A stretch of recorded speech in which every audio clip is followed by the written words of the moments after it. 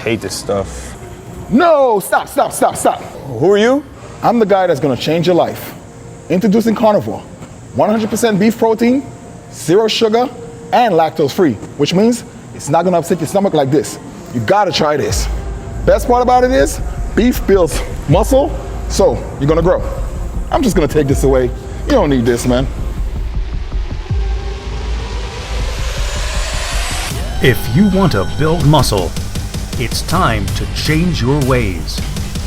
With Muscle Meds Carnivore, your beef protein isolate, you can be confident you are getting the highest quality product available with superior muscle building nutrition.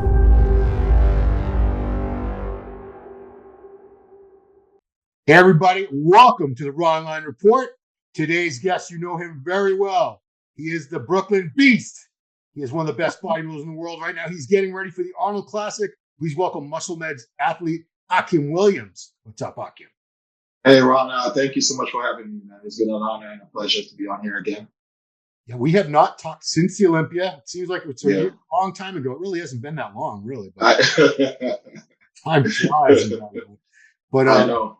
So we had talked, I think we had talked a few weeks after Tampa where you won that. That was your Olympia qualification. Was that your second qualification of the year? No, this was the first one. Okay. So you did that show and you won it. And I know you had a pretty severe car accident leading up to that. You wrecked a beautiful BMW. Was that right? And, R.I.P.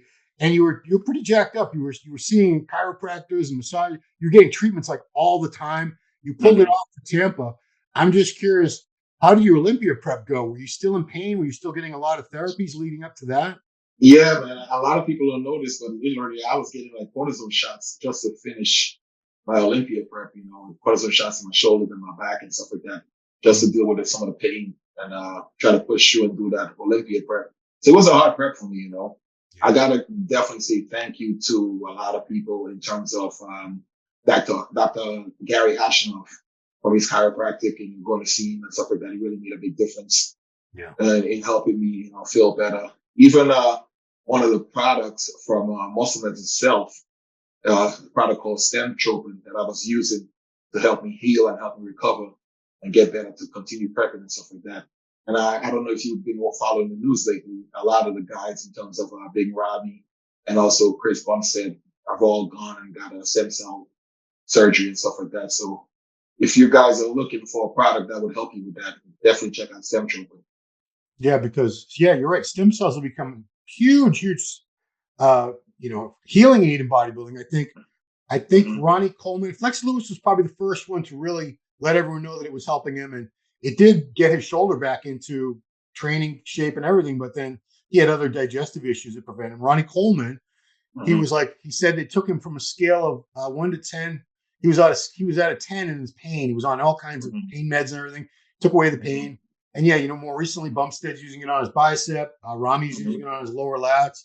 But like you said, I think you have to leave the country to do it. I don't think you can even do stem cell treatments in the U.S. Yeah. You can't do it in the U.S. yet, unfortunately. So you have to leave the country. So that's why I was putting out that alternative for Stem Tropin in terms of a supplement that to help you increase your stem cell reproduction and also your GH reproduction naturally. Cool. So what areas have you seen or felt the most improvement in as far as like pain and healing? Definitely my shoulders. There was a time where I couldn't even bench press. So right now I'm pretty much back to 100% in terms of I could lift weights that I was doing a few years ago that I couldn't do.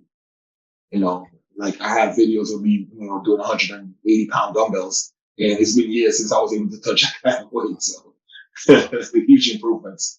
I remember you put up a TikTok. No, it wasn't a TikTok. You're not a teenage girl. Yeah, I'm not a TikTok. 5 plates on incline barbell for reps. I think about like 6 or 8 reps with it. Yeah. Strong. Yeah, you were strong when you were like just starting out lifting. Didn't you bench like 500 within a few months of training? Yeah. So I've always been a strong lifter, but the wear and tear of bodybuilding and everything like that eventually catches up to you if you're not doing a lot of recovery work and stuff like that. Man. So to all the young lifters out there, make sure you take care of your body. I know we feel like Superman when we first started out, but you gotta make sure you take care of your body. It's very important if you want to stay in this game for a long time. Yeah. Is you're mid-30s now? What are you, like 35? I'm a mid-30s. Yeah, I'm well upper 30s. Okay. I'll just say when you're 20 and you hurt your shoulder, your back or something, a couple days later, Yeah, you're fine again. But you know, exactly. you're starting to know from personal experience, the older you get, healing is a Hmm. much longer process for anything. Yeah. So No, yeah, very true, man. Yeah, yeah. very true. So listen up, you bratty kids. Anyway, so the Olympia, man. I don't want to talk too much about the Olympia because the Arnold's coming up and that's the focus. But what was it like being part of that? Was the largest lineup in the history of the Olympia since it began in 1965. I looked it up. There's never been that many men on the Olympia stage. I know things were a little cramped backstage. You guys had to wait so long to go on, but you know, Yeah. overall, you know, now that you can look back at it, I mean, what are your biggest memories or recollections of those 2 nights, Friday and Saturday night?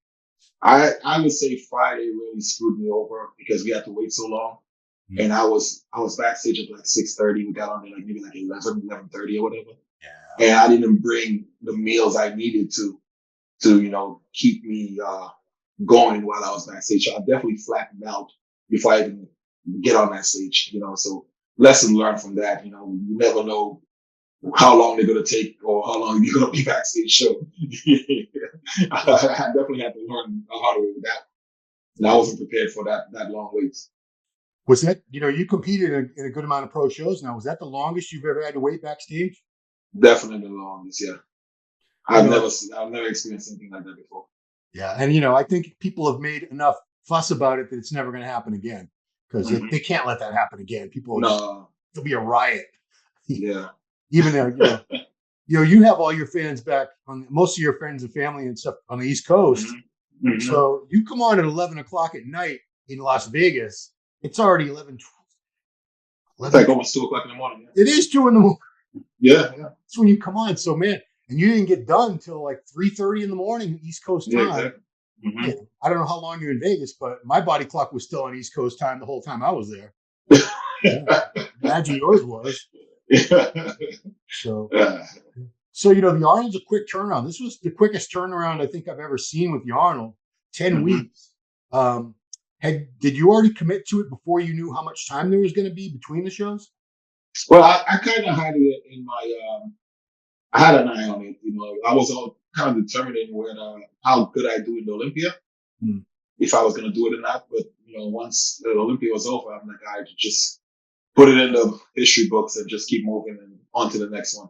So I decided to jump in right away. Yeah, and when the list first came out, it was a smaller list, and we Hmm. didn't have there was some big names were conspicuously missing. But then I think they realized, we're in trouble with this lineup. We need more people. We need more big names to get people to come and spend their money to come to Columbus because they want people want to see like basically the Olympia minus maybe a couple people. That's what the Arnold's supposed to Hmm. be. So now we had Andrew Jack jumped in. Who else jumped in? Big, Nick Rocket jumped in, and who's the other one? uh, Big Ramy jumped in. Big Ramy. So Hmm. it's a tougher lineup, but the money is better than ever before. It's getting very close. First of all, were you surprised? Were you happy to see the prize money just bang boost 100 grand just like that? Dan? I was definitely excited when I saw the prize money increase, but then I saw all the names start jumping, and I'm like, okay, makes sense. Yeah, money talks, man. Money talks. Yeah, Bullshit yeah. walks. So it's a tougher lineup. It's you're going to have a tougher show, but tell me what you can correct me on this. I think you're in a good spot because not a lot of people are expecting you to do that well. I'm being honest with you because of those big names. So if you do that, it's going to be a shock. So I mean, you're in a great position because either way, if you don't do that well, I'm not saying you won't, of course, but if you don't do that well, people are like, oh well, I didn't think he was going to do that well anyway. But if you show up better than you've ever been and you Mhm. crack into that top 3, top 5, or even higher, who knows? Now people are going to be like, oh shit! Just like that year that you took 6th at the Olympia. Mhm. I don't think too many people are expecting you to crack top 6, but once you did, everyone's like, whoa, Akim Williams. Mhm. People in the sport have very, very short memories. They're fickle. You do great at one. You do great at one show, and they love you. You bomb at one show, and they're like, he sucks. Yeah. I think that's the one thing that's most annoying with bodybuilding, man. Mm.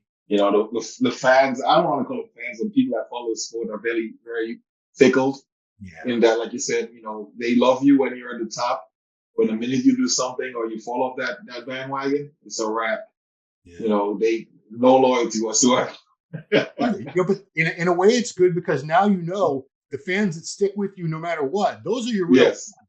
Yes, exactly. And I've had some people like that on social media, especially on Instagram and stuff like that. Like it doesn't matter what happened, they've always supported me, and I just want to say thank you to them. So I know who they are. They know who they are. So thank you so much for always just sticking by me and showing me all the love and support.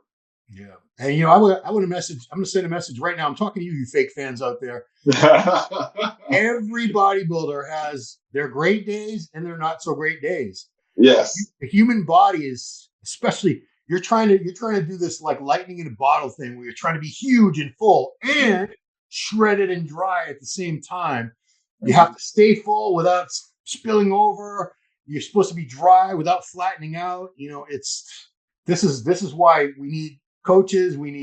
It comes down to like, you could be looking phenomenal at, let's say the Olympia, maybe like 8:00 that night, you were looking awesome, but now you ran out of meals. We got 3 hours to go and you got nothing to eat. I assume nobody was sharing their food with anybody back there. No, of course not. every man for himself. And I think that the past couple of shows that I've done, that has been my biggest problem. Like if I start posting more on social media and showing guys like my progress leading up to the shows in terms of the photos and stuff like that, they'll be like, "Holy crap, you look like that! What happened the day of the show?" The thing, I have to really time it correctly in terms of the peaking process. Yeah. And if I have somebody like a coach or whatever that I'm working with that, kind of just messes up on that a little bit, I shut off. So I think that's one of the key things that I have to always get down, like the whole last week peaking for a show. Yeah. I will say that you don't post a lot of progress pics, but you did post a really cool one of a lat spread, rear lat spread. Mm-hmm. And that's your back has been, let's say, it's been your Achilles heel because from the front, from the side, you're Mr. Olympia. The lower lats, it seems to me like you've managed to drop them a little to fill in the lower lats. Have you been doing things differently with your training these past few months? Yeah, I've been doing a lot of lower, like reverse movements and stuff like that. I've spoken. I had a conversation with Brandon Ray.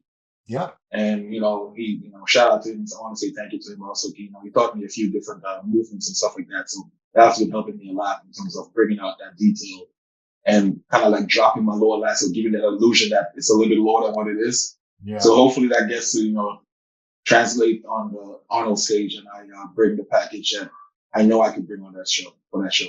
Yeah, because a couple got that was like Rami's downfall at the Olympia. Something happened with his lower lats where they looked like they were atrophied. We saw it with Ian Valliere, same situation, and even to a small extent, Hunter Labrada. I saw something the lower lats look a little fuzzy, but yours actually. That was the problem I had. The problem I had with your physique was that area, but yours is getting better. While some of these guys seem to be going backwards, or maybe it's nerve damage or something. I don't know. Do you talk to any of these guys about what's going on with them? No, unfortunately, I haven't really had a conversation with any of them. So I'm the kind of bodybuilder that like really stays in my lane. That's how it should be. Yeah. Cool. Yeah. So what are you doing? We won't get into too many details, but what are you doing differently for this prep versus what you were doing for the Olympia? More cardio, less cardio, more carbs, less carbs. A combination. We've done a lot of carb cycling stuff. So, a couple of days I'll go almost like 0 carbs. Then I'll have a high carb day, but it's all clean stuff. No cheat meals, none of that stuff. Just stay on the hardcore diet the whole time. Sometimes we increase the carbs, sometimes we take it out. But this time around, I definitely, no cheat meals. So it's different. It's a different kind of prep. Yeah. I mean, I don't think you ever really worry too much about your body weight, but I've seen you look phenomenal at weights ranging from like, I want to say high 240s to like 270. I've seen so many versions of you. Yeah. Can you give us any kind of sneak preview of what version of Akim we might be seeing in Columbus very soon? One of my favorite looks was the not Kansas City, but the Indy Pro. Oh, yeah. Back when I did it with Steve Kluck when Steve Kluck won. Yeah. I always loved that look, and I was in the I think I was in the low 250s. Yeah. Yeah, like around 253 for that show. I've always loved that look, so I'm trying to bring something similar to that. Yeah. for the So, Arnold, because I know, that whole, having the shape and the classic lines and stuff like that is always big for the Arnold. So, yeah, I do wonder if they judge that show a little bit differently. I know hmm they judge the posing round. They're hmm the only show that does do that. So hmm you knew that, right? yeah, yeah. I don't know if everybody. I don't know. I'm not even sure all the athletes know that 'cause it's not like they publicize it that well. hmm Are you coming up with a routine with a choreographer for this one? Well, I'm working.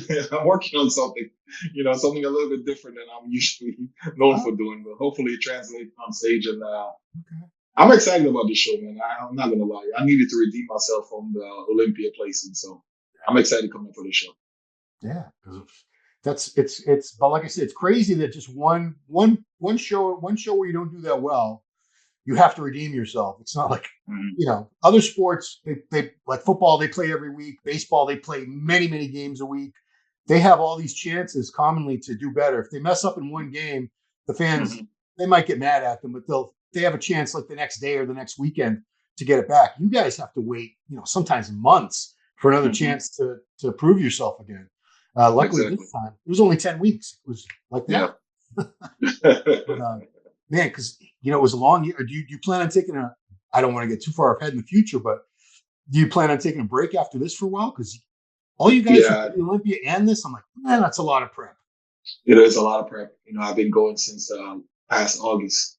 Oof. Leading from Tampa, then to the Olympia, now this. So I think after the Arnold, I'll take a break. I was thinking about maybe doing New York Pro, but I'm Ah, like, maybe I need to give my body a yeah, break. that's you've never won that, right? Or have you?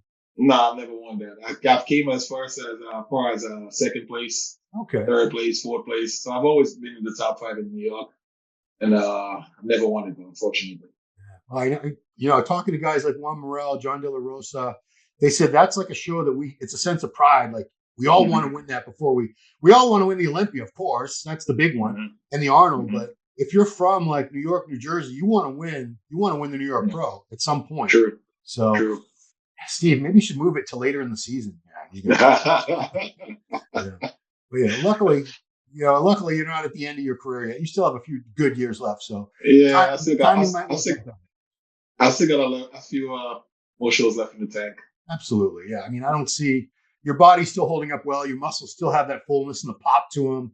hmm No loose skin. You don't have any crazy muscle tears or anything. hmm And I'd like to see, it looks to me like your back's better than it's ever been. So, Yeah, it definitely has. yeah, I like to Yeah. see people making improvements, man. That's exciting. And I mean, hate me or love me in terms of conditioning and stuff like that, but I've always made improvements. Every show I've done, I've Mm, brought in something differently. Like you said, you see me at different weight classes, and yeah. sometimes I'm off, sometimes I'm on, but I've always made improvements each show that I did. Yeah. Cool. Man. So, I'm just curious the treatments and stuff because a lot of guys watching this have injuries and stuff. How often do you get like chiropractic and deep tissue or any other kinds of therapies that you do at this point? I try to go in like once a week, Okay. so I go in once a week, get some chiropractic work done, you Okay. know, and Yeah. cupping and everything like that. So once a week I've been doing. And I wish I'd started that earlier in my career. I definitely would be in a different place. But like I said, when you're younger, you feel like you're Superman and you don't need stuff like that. But you might not have needed, you probably didn't need it as much then as you need Mhm. it now because, Yeah. now we're Mhm. 10, 15 years more heavy training into this. So, Yeah. but man, yeah, I wish you the best, Akim. Like I said, it's a stacked show, but that means, man, if you pull it off and do really well at this, now everyone's going to be back on your jock again. Akim, So, I'm trying to get that Corvette Z06 money. yes, that's hilarious. Cool, man. So, yeah, muscle meds, stem trope, and I'm glad that's working for you. Stem cells, it's a hot topic now. Everyone's talking about it. So, guys, check that out. That's a very intriguing product. I'm Yeah, it curious. definitely is. It definitely is. It's helping me a lot because I use it right after I finish training, right after I work out, for helping with recovery and stuff like that. So I've noticed a huge difference in the way I'm sleeping, the way I'm feeling when I wake up in the morning and stuff like that. Right. That's what it's all about. All right, man. Well, Akim, thank you so much for taking the time. And I wish you the best of luck. Always rooting for you, man. I know you're a hardworking guy. You don't talk trash about anybody. You just put Mhm. your head down and do the work like professional athlete's supposed to do. So, wishing you the best as always. And that's Thank it. you, Ron. Thank you so much. All right, guys. If you're not subscribed to the channel, subscribe, share the video, leave some comments. Akim might even be nice and respond to you on the YouTube. Who knows? If you're lucky. Turn on your notifications so you know when we come out with new videos. And you'll be seeing this man on stage. So get the pay-per-view for the Arnold Classic. If you're not able to make it to Columbus, you can see Akim go up against some of the other great bodybuilders in this world. And it's going to be a great show, man. It always is. Arnold Classics. It's not the Olympia, but it's got its own flavor, its own identity. I'm very happy that show is still a prominent show in this industry. So that's it, man. I will see you very soon over in Columbus. Yeah. All right. Thanks, Akim, and thanks everyone for watching our online report. Thank you, Ron, so much. All right, See you next time, guys. Hey, did you like that video? Smash that like button, subscribe to MD, and please comment down below. Thanks for watching.